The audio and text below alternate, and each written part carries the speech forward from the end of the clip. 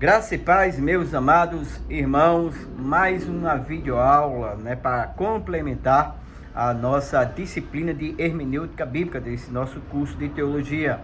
Vamos então direto ao ponto, vamos para a página de número 21. Nós já estudamos o gênero epistolar, o gênero narrativa e o gênero profético, e hoje nós vamos entrar no gênero evangelho. Na página 21, diz assim: os quatro evangelhos formam um gênero literário inigualável, para o qual há poucas analogias. Mais à frente, nesse mesmo parágrafo, diz: a principal dificuldade hermenêutica, porém, encontra-se na compreensão do reino de Deus, termo este que é, ao mesmo tempo, absolutamente crucial para a totalidade do ministério de Jesus. Ou seja, em outras palavras, se nós pudermos compreender o que significa o reino de Deus dentro do contexto dos evangelhos, nós já vamos dar um passo muito significativo na compreensão interpretativa desse gênero literário tão especial. Por que isso, irmãos? Porque nós vamos encontrar na Bíblia, por exemplo, o Antigo Testamento afirma que Deus reina, Deus reina sobre tudo, sobre anjos, principados, demônios, do Senhor a terra, os habitantes e tudo mais. O Novo Testamento, ele vai dizer que o reino de Deus está vindo, em outro momento vai dizer que o reino de Deus é chegado, e ainda vai dizer que o reino de Deus não é comida e nem bebida, mas paz e gozo do Espírito. Lá na frente a gente vai explicar melhor o que é esse conceito de reino de Deus. Mas vamos lá. Então, os evangelhos, ele é um gênero literário diferente dos demais, porque na sua construção, por exemplo, há 4 evangelhos e 3 deles são sinóticos, ou seja, praticamente de uma mesma visão, e tem o evangelho de João, que ele de uma abordagem totalmente diferente. Então, esse é os evangelhos, precisa ser entendido o que é reino de Deus, na compreensão da leitura do Novo Testamento, especialmente dos evangelhos. E aí, qual é a natureza desse gênero literário? O que ele é diferente das epístolas, dos profetas, por exemplo, e das narrativas que a gente já estudou? Então tem aí a natureza dos evangelhos. Então diz assim: quase todas as dificuldades, por exemplo, é que o próprio Jesus, ele não escreveu nenhum evangelho. Nós temos os evangelhos aí, e Jesus não escreveu nenhum dos evangelhos. E lá na frente ele vai dizer: e há 4 deles. Ou seja, olha a natureza desse gênero literário. Jesus Cristo, ele fala sobre Jesus, e o próprio Jesus não escreveu nenhum evangelho, e há 4 deles. No segundo parágrafo ele vai dizer o seguinte, que esses evangelhos, na verdade, eles são uma coletânea de ditos, eles não são livros de Jesus, pois ele não escreveu nenhum, mas são livros acerca de Jesus. É uma coleção considerável dos seus ensinos. Então veja, a natureza dos evangelhos primeiro, Jesus não escreveu nenhum evangelho, há 4 deles. Esses evangelhos é uma composição dos ditos de Jesus, não são livros do próprio Jesus, são livros acerca daquilo que Jesus ensinou. Lá no segundo parágrafo diz assim: qual, pois, é a natureza dos evangelhos e por que a sua natureza inigualável faz parte da sua genialidade? Aliás, na frente ele pergunta: por que então 4, Aí ele vai explicar nesse parágrafo, depois você ler melhor, porque eu estou lendo só as partes mais importantes desse parágrafo. Por que 4? Ou seja, porque esses evangelhos eles escreveram para diferentes comunidades, o evangelho escrito para uma comunidade ou grupo de cristãos não satisfazia a necessidade de outra comunidade. O que ele está querendo dizer é o seguinte: o evangelho de Marcos, ele não supria a necessidade do evangelho de Mateus, os estudiosos dizem que Marcos escreveu para os gregos, enquanto Mateus, por exemplo, escreveu para os judeus. Então, dado a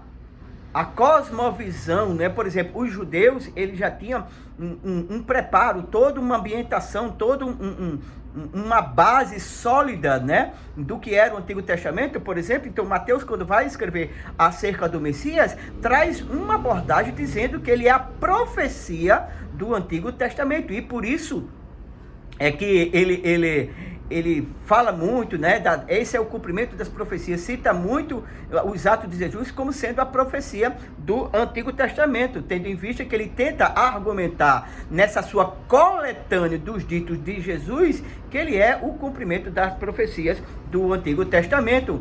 Enquanto, por exemplo, Lucas, ele vai tentar relatar de uma forma histórica, didática, bem profissional, acerca de tudo aquilo que Jesus Cristo fez. E como nós sabemos, logo na introdução do Evangelho, ele escreve para um tal Teófilo, né, a respeito, né, do que é essa boa nova que todos estão comentando na época lá dos seus contemporâneos. Então, cada evangelista, ele tinha, baseado nessa coletânea daquilo que Jesus disse, né, trazer, né, um resumo, em uma abordagem específica para aquilo que seria um argumento necessário para os seus ouvintes. Por isso a necessidade de 4 evangelhos.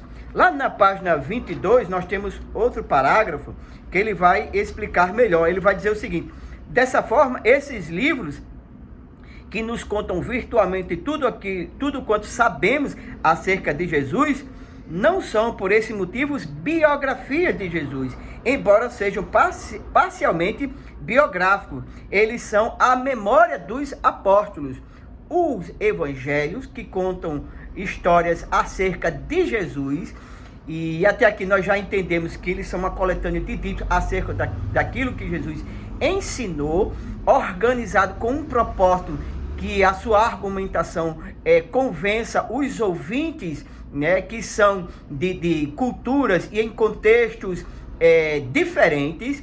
Eles não são uma biografia acerca de Jesus, embora em alguns momentos eles pareçam ser, como por exemplo vai dizer acerca do seu nascimento e outros passos que parece ser um gênero biográfico, mas não é biográfico. Eles são, diz aqui, lá no finalzinho desse parágrafo da página 22, os evangelhos são as memórias dos apóstolos.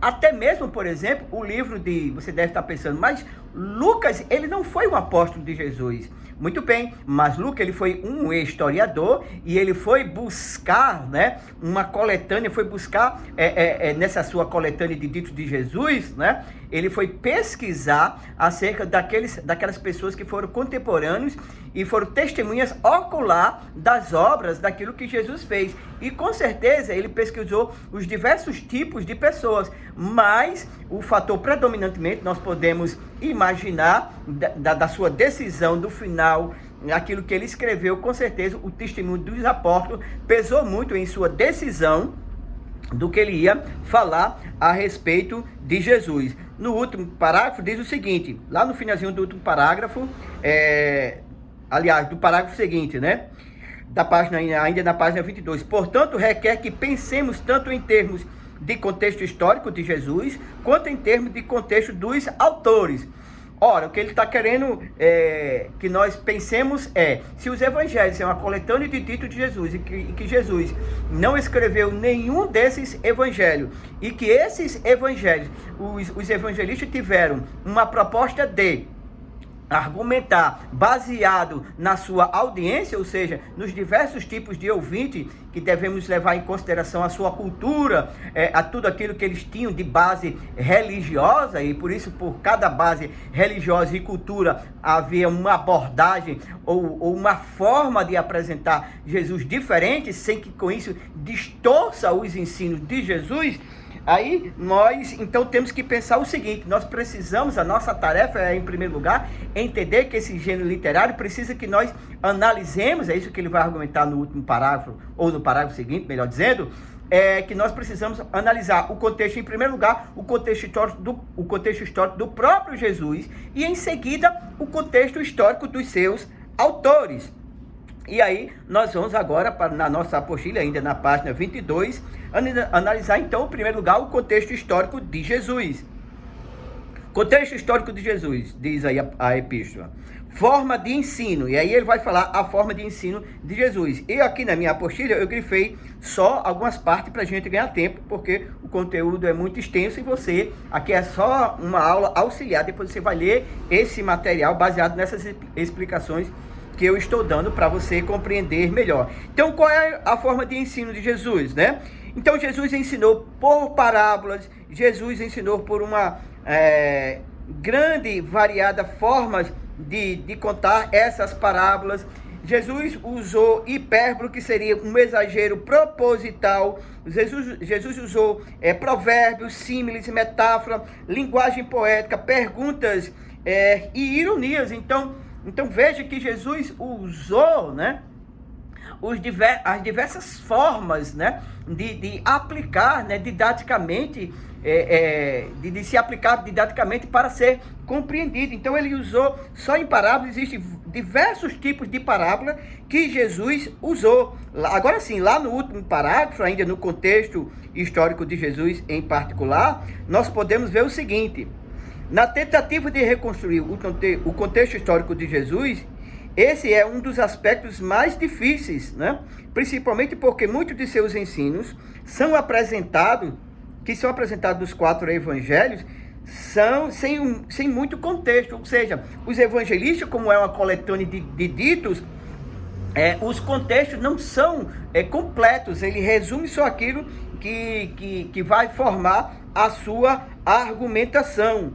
Então, só lendo, continuando aqui a leitura. Durante esse período, os evangelhos completos ainda não existiam. Além disso, o conteúdo dos evangelhos era passado adiante em histórias e ditos chamados de perícopes, aquilo que nós estudamos na última aula, né? Que é como se as perícopes é muito importante, porque são recortes daquilo que Jesus Cristo diz, e não estão necessariamente, não só dentro do mesmo contexto, ou mesmo dentro talvez da mesma época em que Jesus tenha dito.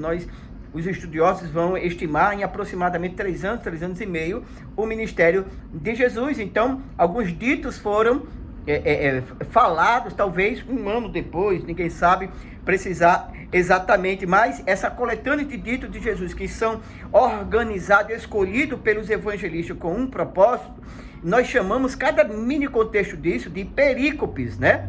Muitos desses ditos que foram de Jesus foram também transmitidos com seus contextos originais, para que houvesse, claro, uma compreensão. Aí no parágrafo seguinte, na metade do parágrafo, diz o seguinte: porque a própria narrativa apenas existe por causa do dito que a conclui. Uma história típica de pronunciamento é Marcos 13, 17, né?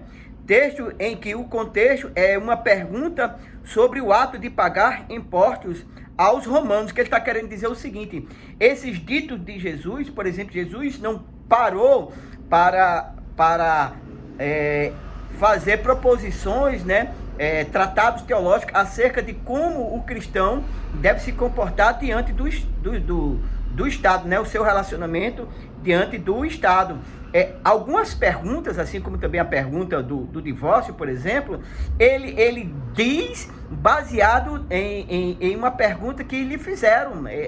Então o texto está narrando ali, de repente alguém diz: é lícito pagar imposto? Aí ele vai e responde aquela frase muito famosa: dai a César o que é a César e a Deus o que é de Deus. Então o intérprete, ao se deparar com essa situação, deve imaginar que nem sempre a gente vai encontrar, né, uma explicação exaustiva de toda a temática que está sendo abordada ali, porque essas pronúncias, essas perícopes, né, elas surgiram, por exemplo, assim, de forma, por assim dizer, ocasional. Lá na frente ele vai dizer: você pode imaginar o que poderíamos ter feito para reconstruir o contexto original para esse dito, se este não tivesse sido transmitido em seu contexto original. Ele pergunta, né? É claro que a verdadeira dificuldade advém do fato de que um grande número de dito e ensino foi transmitido sem seu contexto. Ele está dizendo o seguinte, que os evangelistas tiveram que, nesse dito específico aí do imposto, né, a César, ele teve que reconstruir toda a pergunta, que parece uma quebra, talvez, do raciocínio da perícope anterior, né? Mas o evangelista, para mostrar, né, a importância do nosso relacionamento com o Estado, teve que reconstruir basicamente toda a discussão, né, original. E ele está dizendo que em alguns momentos isso não é possível e os ditos são falados mesmo assim. Então o que é que temos até agora? Nós temos uma coletânea de ditos de Jesus que são organizados pelos seus autores, que não são biografia, mas eles são organizados em perícopes, que eles remontam, ora em seu contexto original completo, ora parcial, e eles são organizados para que junto forme um argumento necessário para por sua vez, para uma audiência, né, de leitores diversos, ora para gregos, ora para judeus, ora para esse tal Teófilo, por exemplo, né? Então, veja como é interessante os evangelhos, né? Nós temos aí, né, 1, 2, no terceiro parágrafo, na metade do parágrafo, a gente vai ler para a gente compreender melhor esse gênero. Essa é uma das razões porque muitas vezes encontramos o mesmo dito ou ensino em contexto diferente nos 4 evangelhos. E por isso também que ditos com temas semelhantes ou que tratam do mesmo assunto, frequentemente são agrupados de acordo com tópicos. Ou seja, em alguns evangelhos essas perícopes estão dentro de um contexto diferente, porque lembra toda essa organização para formar a argumentação, né? E ele vai dizer o que mais, né? E às vezes são organizados em grupo, né? Você vai ter, por exemplo, em Mateus, né, um conjunto de parábolas a respeito do reino. Nós vamos ter o sermão profético, depois um conjunto de ditos um conjunto de parábolas acerca do fim, do servo vigilante, né? E assim por diante. Então, tudo isso você tem que ter em mente quando está lendo, que aquilo não aconteceu, não só não aconteceu em ordem cronológica, né, do ministério de Jesus, como também você tem que entender que ele está tentando argumentar, e ele até juntou, né, como se como se, eu não estou dizendo que aconteceu assim, né? Mas é como se o evangelista estivesse pensando, poxa, eu vou escrever para facilitar a compreensão do leitor, tudo que Jesus Cristo disse, por exemplo, acerca do fim, eu vou colocar a partir de agora. Ele vai e junta. Ou pode ser também que o Espírito Santo, nós sabemos que nós assumimos, né, que a Bíblia é inspirada por Deus, em que ele foi falando e o Espírito Santo foi lembrando tudo aquilo, né, da memória deles, né, da sua convivência com Jesus, né, daquilo que Jesus Cristo disse acerca do fim, e eles foram agrupando e escrevendo ali tudo de forma organizada, né? Parágrafo seguinte, né? Próximo parágrafo. Dessa forma, enquanto você lê os 4 evangelhos, uma das perguntas que deseja fazer, mesmo que não consiga respondê-la com absoluta clareza, se o auditório para o qual Jesus pronunciou um determinado ensinamento era composto de seus discípulos íntimos, das grandes multidões ou de seus oponentes. Descobrir o contexto histórico de Jesus ou qual era o seu auditório não era algo que necessariamente afetará o significado básico de um determinado dito. Contudo, o fato de conhecê-lo ampliará nossa perspectiva e muitas vezes nos ajudará a compreender a razão de ser daquilo que Jesus disse. Note que nós afirmamos anteriormente que essas perícopes, ou aqueles ditos como dá a César o que é de César, elas foram provocadas. Isso aqui é basicamente aquilo que nós afirmamos no gênero das epístolas, né? Paulo não parou para escrever, por exemplo, acerca do uso correto dos dons ali à igreja de Coríntios. Estava acontecendo, né, uma má administração, um mau uso dos dons. Então Paulo escreve por causa desse problema, regulamentando o uso correto dos dons espirituais. Aqui é um pouco parecido. Jesus é provocado e ele vai, né, e responde, né, aquilo que foi pelo qual ele foi provocado. E aqui também ele está dizendo que uma das técnicas para a gente entender os evangelhos é conhecer a audiência. Lembram-se daquela outra discussão que nós falamos da parábola, da tríplice parábola de Lucas 15, a audiência de Jesus, que era publicanos, né, e fariseus, é a chave interpretativa pelo qual Jesus está contando aquela parábola. Dito de outro modo, Jesus só está contando aquela parábola para responder aos críticos que estão ali nos primeiros versículos de Lucas 15. Então, Jesus conta aquelas parábolas para dizer aos publicanos e fariseus que as duas primeiras parábolas, por exemplo, nós podemos sintetizar, que é que Jesus perdoa sim pecadores, né? Qual é o pastor que não vai atrás da 99, da última ovelha, das 100, né? Deixa as 99 e vai da última ovelha e não se alegra com isso. E já respondendo para ele, como é que vocês não conseguem se alegrar, né? Que pecadores estão entrando no reino de Deus. E a última parábola, que era o irmão mais velho, que supostamente, né? Era o santo, mas ele não aceita o perdão, né? Daquele que saiu e gastou tudo quanto tinha nos prazeres desse mundo, mas, no entanto, o Pai o recebe. Então, a audiência é uma das chaves interpretativas. Então, sempre que você lê o Evangelho, você procure analisar onde começa e termina as perícopes. E, além disso, analisar também se é possível descobrir qual é a audiência para quem Jesus está falando, porque tem a ver com aquela sua argumentação, ainda que esse conjunto de ditos seja uma coletânea dos discípulos, os discípulos não distorceram o seu contexto original. É importante que se diga isso. Nós falamos que muitas das vezes eles são ditos fora do contexto, não quer dizer que eles distorceram o contexto original. Então, o contexto do evangelista, né? Começa aí na página 23, mas nós vamos analisar só o último parágrafo, porque o contexto do evangelista eu entendo que é mais simples, né? Tudo isso pode ser visto lá no último parágrafo da página 24 do assunto, né? Contexto do evangelista. Tudo isso pode ser visto numa leitura cuidadosa do Evangelho de Marcos. Esse é o contexto histórico dele. Tentar torná-lo mais específico produziria mais conjecturas. Mas não vemos razão para não seguirmos a antiga tradição que diz que o Evangelho de Marcos reflete as memórias de Pedro e que esse Evangelho apareceu em Roma, pouco depois do martírio desse apóstolo, num período grande de sofrimento entre os cristãos em Roma. De qualquer forma, semelhante leitura e estudo do contexto é tão importante para os evangelhos quanto é para as epístolas. Eu pulei aqui o contexto do evangelista, né? Mas o contexto do evangelista nós temos que entender, por exemplo, né? Marcos, por exemplo, ele vai abordar Jesus, vai apresentar Jesus, melhor dizendo, como servo sofredor.